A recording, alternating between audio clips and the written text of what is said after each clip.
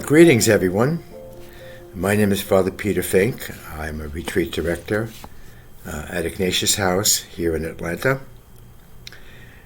Our most recent Contemplatio segment of several weeks has focused on some of the main themes in the spiritual exercises of St. Ignatius. As you know, the full exercises unfold in a 30-day silent retreat, or retreat in everyday life, which we call the 19th annotation. Yet any presentation that comes from the exercises, however long, and in whatever form, intends to bring you deeper into a relationship with Christ, and with Him to praise, reverence, and serve the God who is our Creator. So as we come to the end of this mini-retreat, we ask the obvious question that's asked after every retreat: where do we go from here? Well, there are many ways of answering that question, but a particularly helpful one is given in the section in John's Gospel offered above. It comes after that beautiful section on the vine and the branches, which tells how intimately connected we are to Jesus. Without me, you can do nothing.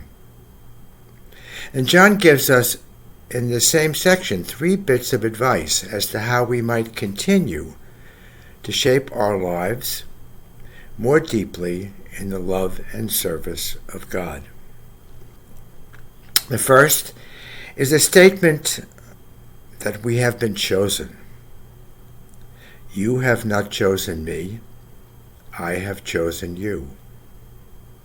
The second names the relationship between Jesus and ourselves. I have called you friends. And the third is that mandate that Jesus so often gives: love one another as I have loved you. Now, there's something humbling as we reflect on our relationship with Jesus. It's so easy to think that my relationship is dependent on my own initiative. I've read the Bible and I want to be like Jesus. I see men and women doing service in Jesus' name. I want to join them as they do.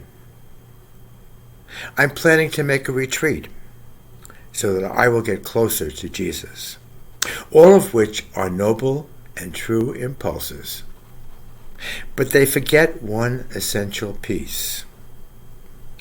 The Bible is a great book which can be read in many ways, but religiously it's a book of revelation, which means that God is already reaching out to us when we read it, speaking to our hearts, calling us into the life and mission of Jesus.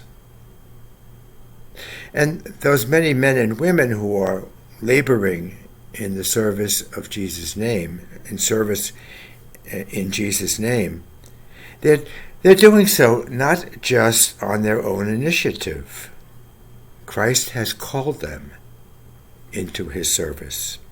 And the people who come to a retreat house, it's always important to note that beyond any desires they had as to why they came, it's really rooted in God's desire to speak to them, God's desire to welcome them. You have not chosen me, I have chosen you, essential in our way ahead.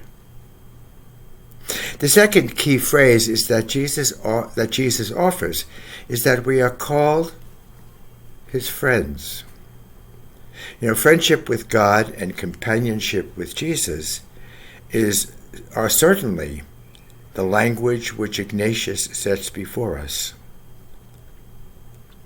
And these invite us to see our relationship with God in terms of our ordinary human friendships, and our relationship to Jesus as in walking with him, living with him, seeing the world through his eyes, companionship.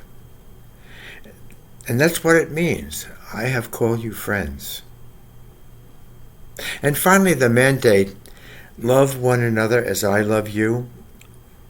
It's a good question that any of you might wonder is where God may have emerged in you to help you become more holy, more human, more caring in your life. That's quite fundamental, and it has something to do with those 3 commandments that Jesus gave us: sharpening our love for God, enhancing our love for the neighbor, and learning to love yourself a little more. That's what love one another is about. Now, Ignatius sees this in terms of a deepening surrender to the mystery of God, who even now is creating you, even now is shaping and forming you. He offers a wonderful prayer which David Fleming cited above, take and receive.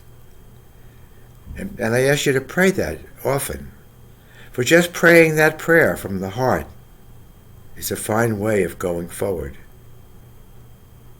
Ignatius also offers a hope that you surrender the way you see things and begin to see things the way Christ sees them. Now, I'm sure you already do this, but as an example, you might find someone distasteful, or offensive. But if you ask the question, what does Christ see there? It might be very different.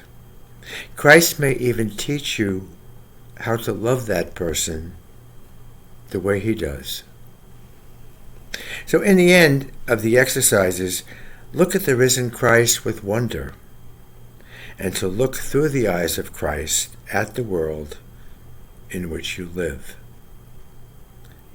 Finally, a wonderful text to guide you in the ways of friendship and love, that famous text from 1 Corinthians chapter 13. Love is patient. Love is kind. It is not jealous. Love is not pompous. It is not inflated. It is not rude. It does not seek its own interests. It is not quick-tempered. It does not brood over injury. It does not rejoice at wrongdoing, but it rejoices in the truth. It bears all things, believes all things, hopes all things, endures all things.